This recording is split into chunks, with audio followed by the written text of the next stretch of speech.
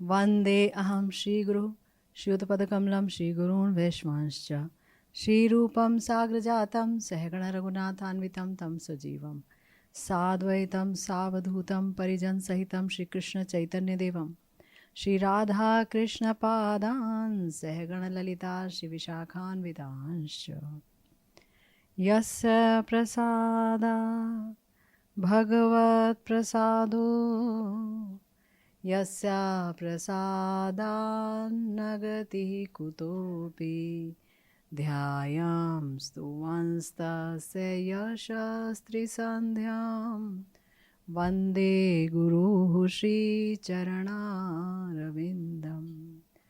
नमो महावदान्याय कृष्णप्रेमप्रदायते कृष्णाय कृष्णचैतन्य नाम्ने गौरत्विषे नमः।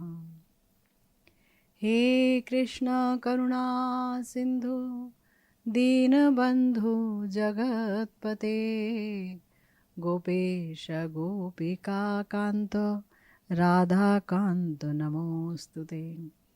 तप्त कांचन गौरांगी राधे वृंदावनेश्वरी वृषभानुसुते देवी त्वं नमामि हरिप्रिये। जय रूप सनातन भट्ट रघुनाथ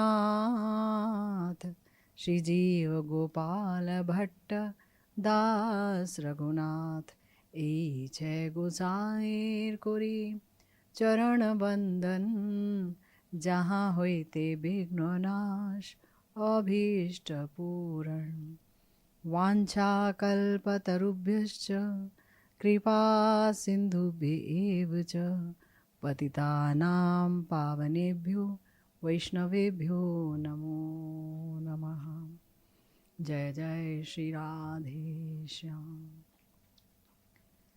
वंशी गानामृत धाम लावण्यामृत जन्मस्थान जेना देखे से चांद बदन से नयने कीवा काज पड़ो तार माथे बाज से नयन रहे की कारण।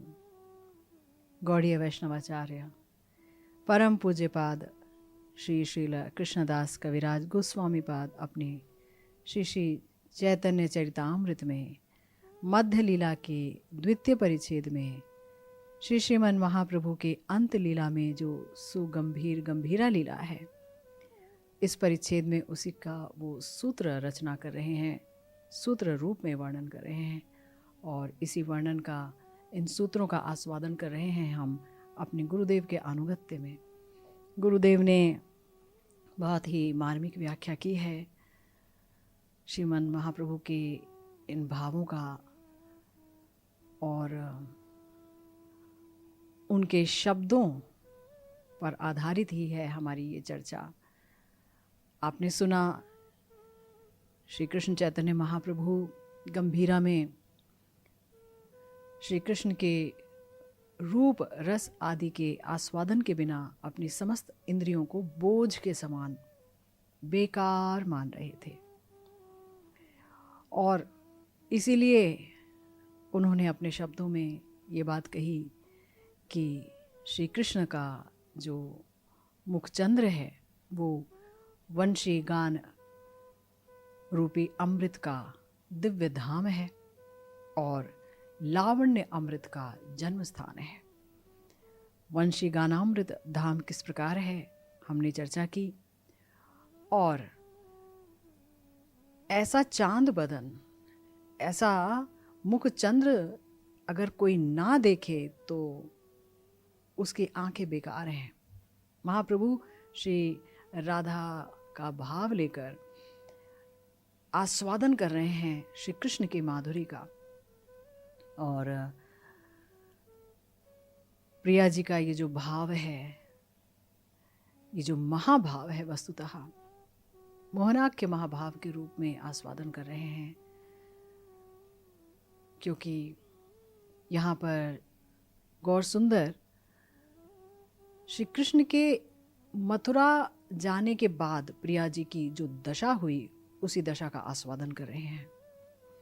तो बहुत ही अधिक विरही हैं आपको बताया कि किस प्रकार से ये जो आस्वादन है इसमें अमृत और विष का एकत्र मिलन है, और चूंकि ये सब आनंदमय है इसलिए आनंद का उत्कर्ष भी इसी आस्वादन में है। तो हमने जाना कि किस प्रकार से श्री कृष्ण का जो रूप है राधा भाव आविष्ट श्रीमन महाप्रभु को वो एकदम उन्मादित कर देता है। गुरुदेव ने बताया कि ये जो रूप है, इस रूप का आस्वादन गुरुदेव की कृपा से, श्री कृष्ण की कृपा से लीला शुक जी ने भी किया था।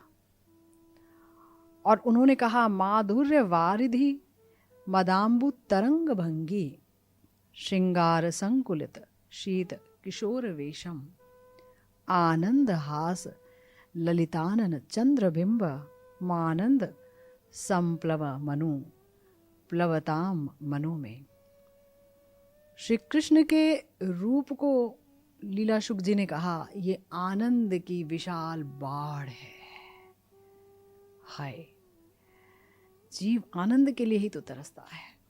आनंद का एक बिंदु भी उसे नहीं मिल पाता है, पूरा जीवन गुजर जाता है। लेकिन श्री कृष्ण का रूप, हमारे आचार्य कह रहे हैं, आनंद की विशाल बाढ़ है। बाढ़ में सब कुछ डूब जाता है, कुछ बचाने को नहीं रहता है। तो ये तो महाबाढ़ है। श्री कृष्ण का ये जो रूप है आनंद की बाढ़ है, आनंद की बाढ़। हाय हाय, आचार्यों को जो अनुभव हुआ वो अनुभव हमको भला कहाँ हुआ। हम तो इस अनुभव से विहीन हैं, जागतिक सुख को आनंद मान बैठे हैं, कितनी गलत धारणाओं में फंसे बैठे हैं।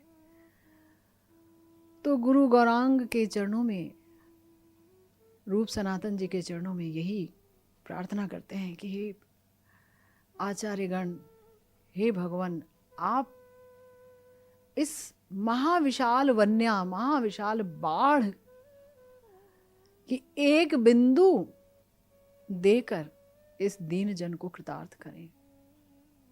ना जाने कितने जन्मों से इसी एक बिंदु को पाने के लिए आवागमन हो रहा है। तो ऐसा रूप जो आनंद के महासंप्लव में बाढ़ जैसी, समुद्र के उत्ताल बाढ़ जैसा है। समुद्र में ही बाढ़ आ गई। समुद्र में बाढ़ आ सकती है, नदी में बाढ़ आना हमने सुना है, लेकिन समुद्र में उत्ताल बाढ़ आ गई, आनंद के समुद्र में। तो ये समुद्र कैसा है, किस चीज का बना है ये समुद्र जहां आनंद की बाढ़ है? तो गुरुदेव कहते हैं यह माधुर्य सिंधु। माधुर्य सिंधु में महा बाढ़ आ गई है। लीला शुक जी आस्वादन कर रहे हैं, श्री बिलमंगल ठाकुर जी आस्वादन कर रहे हैं। जैसे कि अगर आसमान में पूर्ण चंद्रमा उदित होता है तो सागर की लहरें ऊपर उठने लगती हैं। बाढ़ आ जाए मानो, सागर की लहरें इस तरह से ज्वार उठने लगता है ऊपर ऊपर ऊपर के, जैसे मानो वो अभी चंद्रमा को छू लेंगी। इतनी कोशिश होती है सागर की लहरों की। तो इसी प्रकार से गोविंद का जो मुख चंद्र है, उसके दर्शन से गोविंद का ही जो लावण्य रूपी सिंधु है, जो माधुर्य सिंधु है, वो उच्छलित हो उठता है। गोविंद का जो मुख चंद्र है, उसके दर्शन से श्याम सुंदर का जो माधुर्य है, उनका ही अपना लावण्य सिंधु उच्छलित हो उठता है। ऐसा मुख चंद्र है। और उस मुख चंद्र पर एक किरण माला है बड़ी ही सुंदर सी। वो क्या है? श्याम सुंदर का आनंद हास्य। कैसा हास्य है ये? आनंद हास्य। थोड़ा सा हंस रहे हैं, वो है इस मुख चंद्र की किरण माला। दंतावली दिख रही है। क्योंकि चंद्र की किरण देखकर ही तो समुद्र उच्छलित होता है। तो इसी प्रकार से मुख चंद्र की किरण माला के आलोक में श्री कृष्ण चंद्र का माधुर्य सिंधु और उच्छलित हो गया है, मानो आनंद की बाढ़ आ गई है। और उस माधुर्य सिंधु में, उस बाढ़ में मेरा मन जैसे डूब गया है। प्रार्थना कर रहे हैं उसी रूप माधुरी में डूबने के लिए लीला शुक जी। गुरुदेव बता रहे हैं, देखो ये श्री कृष्ण का सौंदर्य, उनके रूप का आकर्षण कैसा है। इसी प्रकार से हमारे जो कवि हैं जयदेव, वो अपने गीत गोविंद में जयदेव जी क्या कहते हैं? वो भी श्री कृष्ण के रूप को एक अपूर्व मधु चक्र की संज्ञा देते हैं कि मानो शहद का एक अपूर्व चक्र है और वहां से माधुर्य झरझर कर पड़ रहा है। रासे हरिमिह विहित विलासम स्मरति मनो मम कृत परिहासम। चंद्रक चारु मयूर शिखंडक मंडल वलयित केशम प्रचुर पुरंदर धनुरनुरंजित मेदुर मुदिर सुवेशम। अपूर्व रमणीय वेश श्याम सुंदर का। श्रील जयदेव गोस्वामी जी भी उस वेश की चर्चा करते करते मानो कहीं खो गए हैं। जगत में मानो रूप और वेश की परम परिणति है श्री कृष्ण का माधुर्य। और हमारे जो महाजन हैं वो तो श्री कृष्ण के रूप की बाढ़ को ही मानो सामने ले आए हों अपने शब्दों के द्वारा। हमारे आचार्य क्या कहते हैं? अरे की रूप देखी लूं मधुर मूर्ति पीरीति रोसे रोसा। की रूप देखी लूं मधुर मूर्ति पीरीति रोसे रोसा। हेनु लय मने एति न भुवने तुलना नहीं कता। अरे तुलना नहीं कता। बड़ो विनोदिया चूड़ार टालनी कपाले चंदन चांद। जिनी विधुवर बदन सुंदर भुवन मोहन फांद। आहा भुवन मोहन फांद। तो हमारे महाजन कहते हैं, आहा मैंने कैसे आज दर्शन किए किस रूप के जानते हो? किशोरी जी कह रही हैं, मधुर मूर्ति, माधुर्य की मूर्ति, माधुर्य ही मानो मूर्तिमंत हो उठा हो। प्रीति रस का सार है वो माधुर्य। प्रीति रस जो कि प्रगाढ़तम अवस्था में है, उससे गाढ़ा कुछ हो ही नहीं सकता। और तीन भुवनों में, त्रिभुवन में उस रूप की कोई तुलना ही नहीं हो सकती है। कैसा रूप है? उनके जो चूड़ा की टालनी है बहुत ही सुंदर है, बड़ी ही विनोदिया है। और कपाल में चंदन का चांद है। बिल्कुल उनका जो श्रीमुख है वो चंद्रमा से भी अत्यधिक सुंदर है।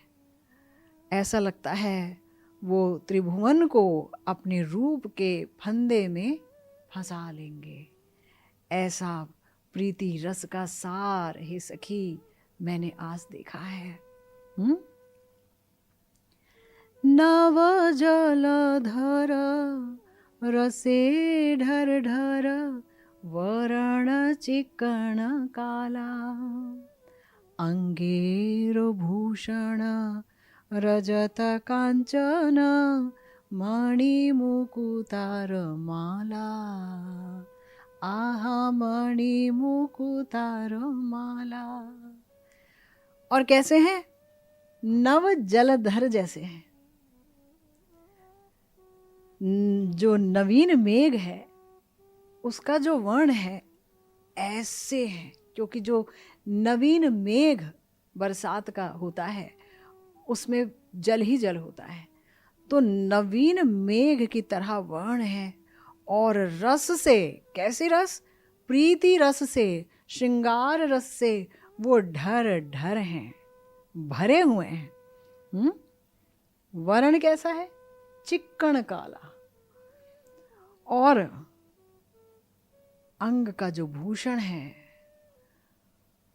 श्याम नागर का जो रूप है, वो मानो समस्त भूषणों को भी आभूषित कर देता है। मणिमुक्ता की माला पहने हुए हैं। जोड़ा भूरु जैनो कामेरो कामान के ना कोइलो निरमान अरे तरल नयने तेर चचाउनी विषम कुसुम बाण। आहा विषम कुसुम बाण। आहा, पदकर्ता डूब गए हैं श्याम नागर के रूप में। दोनों जो भौहें हैं श्याम सुंदर की, मानो कामदेव के कमान हैं। किसने निर्माण किया है? श्री जी आश्चर्यचकित हैं, किसने निर्माण किया है? और कैसे तरल नयनों से तिरछे रूप से देख रहे हैं। तिरछा देखते हैं, बांके नयन से देख रहे हैं, बांकी अदा से देख रहे हैं। और देख क्या रहे हैं? लग रहा है कुसुम के बाण मेरे हृदय पर छोड़ रहे हैं। आहा। तो किशोरी जी का हृदय मादन रस का बना है। उस मादन रस के हृदय में श्याम सुंदर का सौंदर्य बहुत ही विचित्र रूप से प्रकाशित होगा, इसमें संदेह की क्या बात है।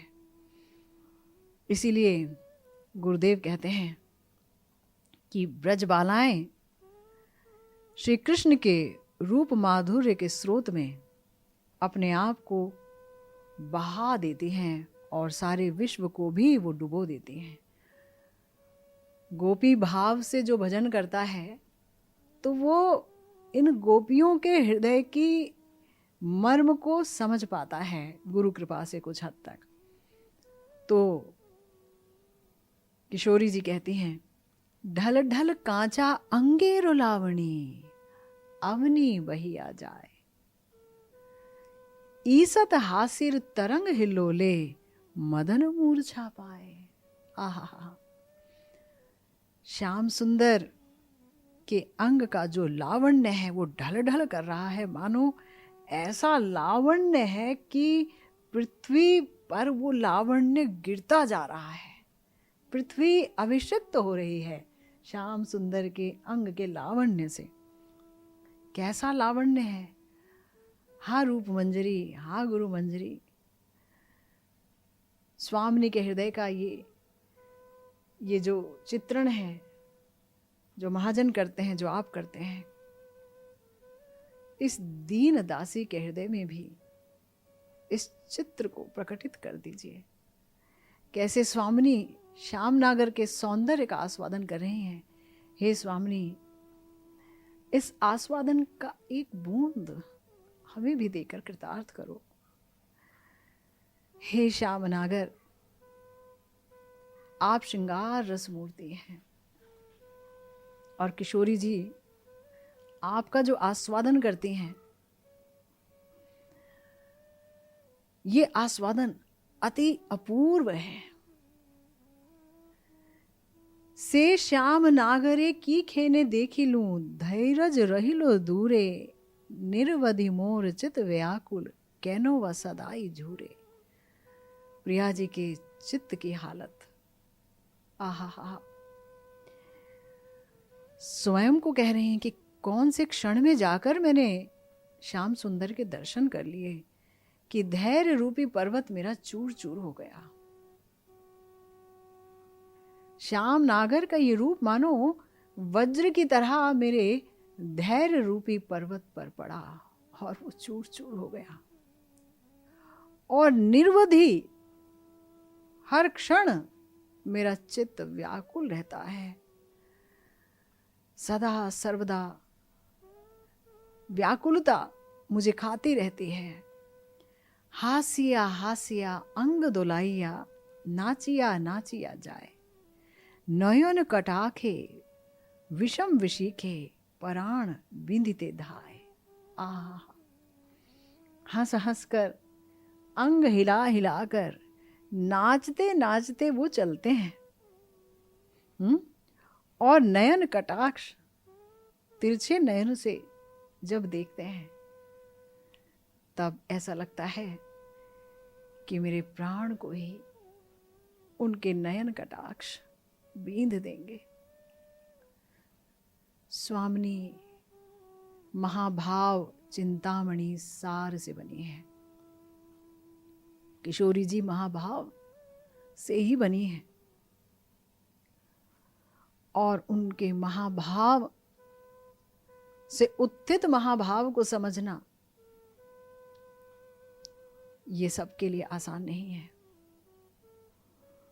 हम क्या समझें कि किशोरी जी का अनुभव भला क्या है, यह हमारे बस की बात नहीं है। मालती फूलेर मालाटी गले, हियार माझारे दोले, उड़िया पड़िया मातलो भ्रमरा, घुरिया घुरिया बोले। मालती पुष्प की माला श्याम सुंदर के गले में, हृदय के बीच में डोल रही है। और भ्रमर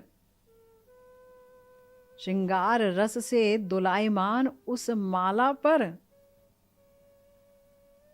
डोल रहे हैं, मत्त हो गए हैं। कपाले चंदन फोटारो छटा, लागिलो हियार माझे।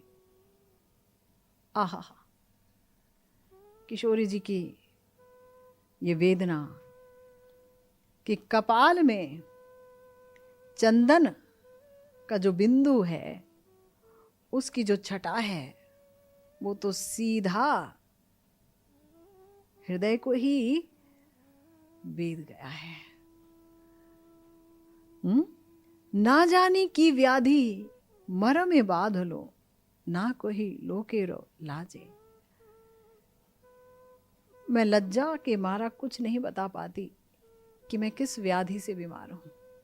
ये प्रीति रूपी व्याधि ऐसी है कि जिसके बारे में वर्णन नहीं किया जा सकता।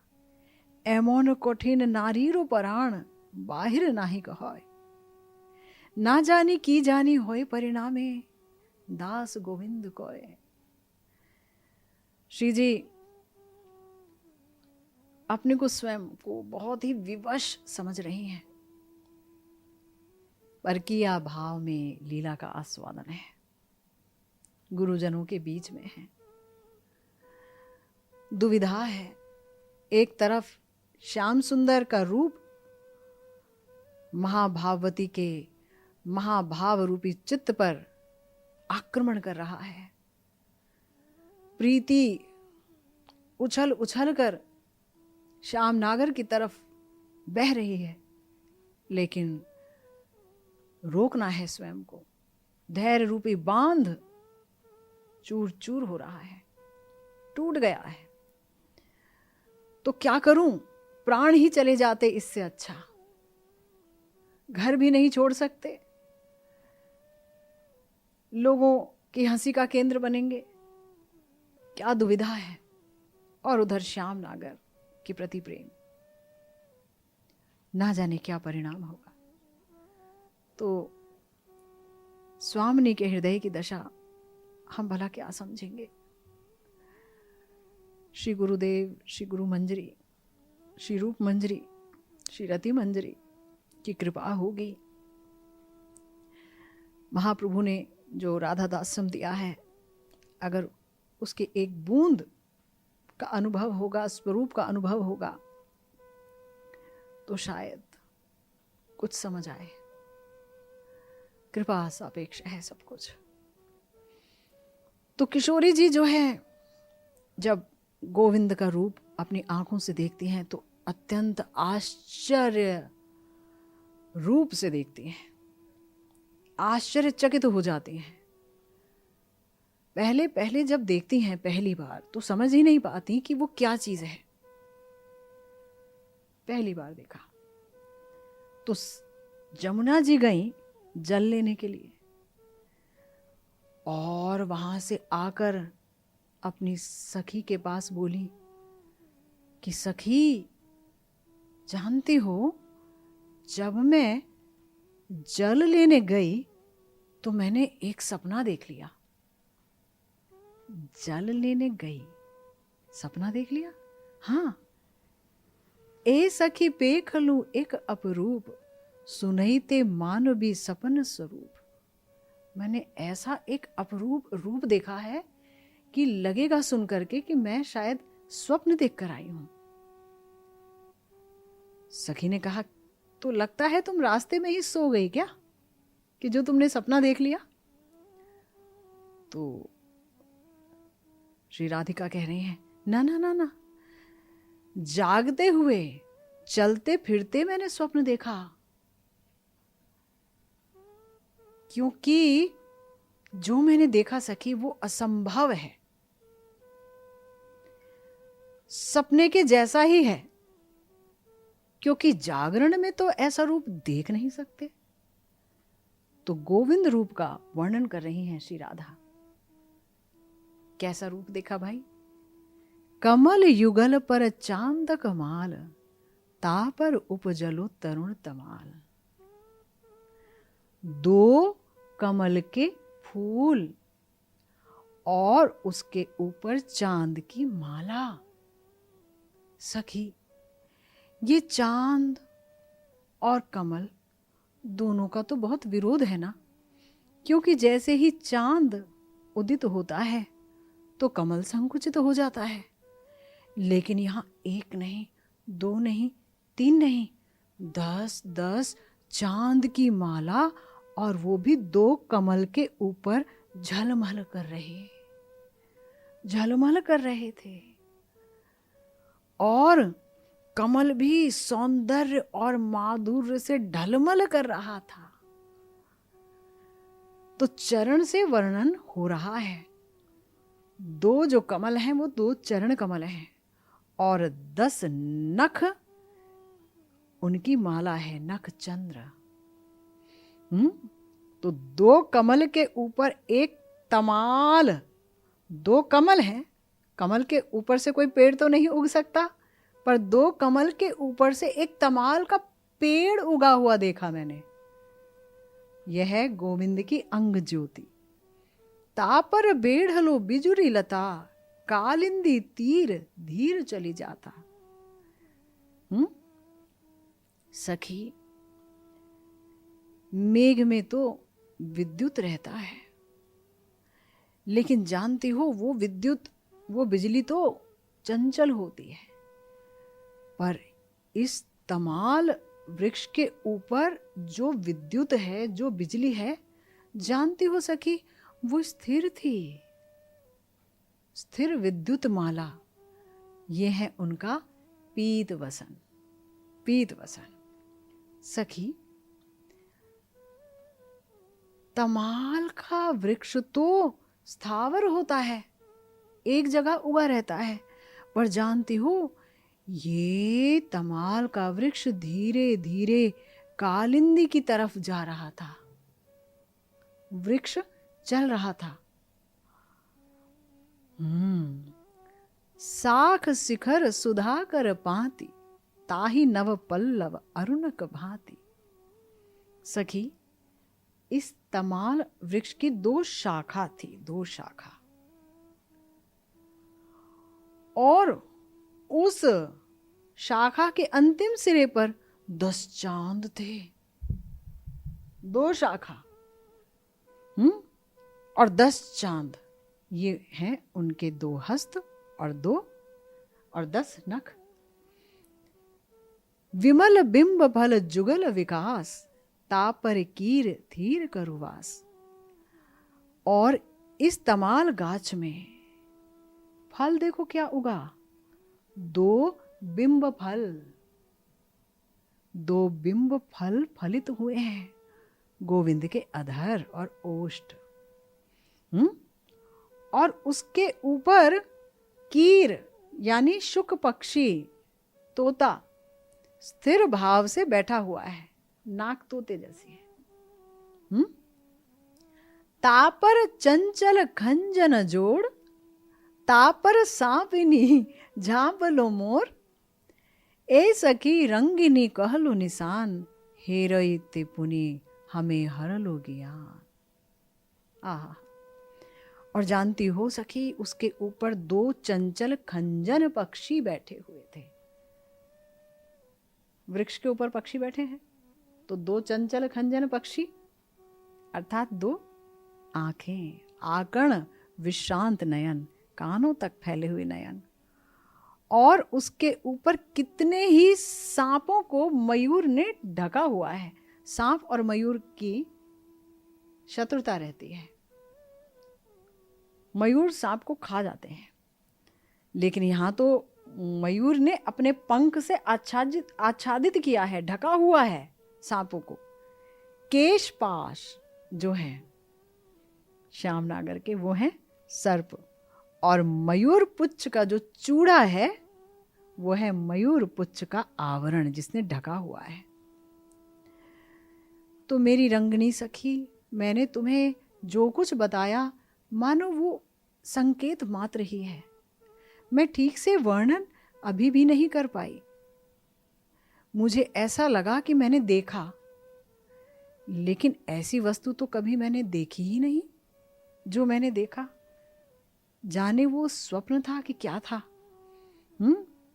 और एक बार जैसे ही देखा वैसे ही, जानती हो क्या हुआ, मैं ठीक से देखने गई तो आनंद से मूर्छित होकर गिर गई, मूर्छित हो गई। तो ये था किशोरी जी का गोविंद रूप, गोविंद माधुरी वर्णन। तो ये जो गोविंद माधुरी का आस्वादन अखंड मादनाख्य नयन में जिस प्रकार से होता है, उस प्रकार से वो आस्वादन और कहीं भी नहीं हो सकता है। किशोरी जी के नयनों का आस्वादन गोविंद रूप का वो किशोरी जी ही कर सकती हैं। वो भला कोई क्या कर सकता है, और दूसरे श्रीमन महाप्रभु करते हैं, गौर किशोरी हमारी। तो विरह में ये जो आलोड़न है वो और भी अधिक हो जाता है। ये तो मिलन की बात थी, लेकिन विरह में जो कि हमारे गौरांग महाप्रभु गौर किशोरी भोग रहे हैं इस कृष्ण विरह को, माथुर विरह को गंभीरा में, यह है मोहनाख्य दिव्योन्माद। उसका जो आस्वादन कर रहे हैं महाप्रभु। आपने सुना कि किस प्रकार से उन्होंने रासलीला का दर्शन किया था, और उन्होंने देखा था कि किशोरी जी को साथ में लेकर श्री कृष्ण अंतर्हित हो गए। राधा भावाविष्ट रहते हैं श्रीमन महाप्रभु आमतौर पर, लेकिन वो अनेक बार गोपी भावाविष्ट भी हो जाते हैं। तो उन्होंने देखा कि किशोरी जी को लेकर श्यामनागर रास से अंतर्हित हो गए, और गोपी भाव में वो उन्हें खोजने लग गए श्री कृष्ण को। कभी वृक्ष लता से पूछ रहे हैं कि कृष्ण कहाँ हैं, कभी तुलसी जी से पूछ रहे हैं, और अचानक उन्हें श्री कृष्ण कदम्ब के वृक्ष के नीचे नजर आए और कृष्ण को देखते ही अचंभित होकर गौरहरि मूर्छित होकर गिर पड़े। इसके बाद जब स्वरूप आदि भक्तगण आकर यत्न के साथ प्रभु के कान में महामंत्र गायन करने लगे, तब उठकर उसी भाव में श्री चैतन्य महाप्रभु ने श्री कृष्ण माधुर्य का रसोद्गार किया, श्री कृष्ण माधुर्य का वर्णन किया। इस लावण्य अमृत का वर्णन बहुत ही सुंदर किया है गौर सुंदर ने। कैसा वर्णन है ये, क्या आस्वादन किया है हमारी प्यारी गौर किशोरी ने। मौनाख्य महाभाव दिव्योन्माद के आवेश में श्रीमन महाप्रभु ने चाहा तो जानेंगे हम अगली बार। जय जय श्री राधे श्याम श्री गुरु निताई गौर सीतानाथ प्रेमानंदे। हरि हरि बोल।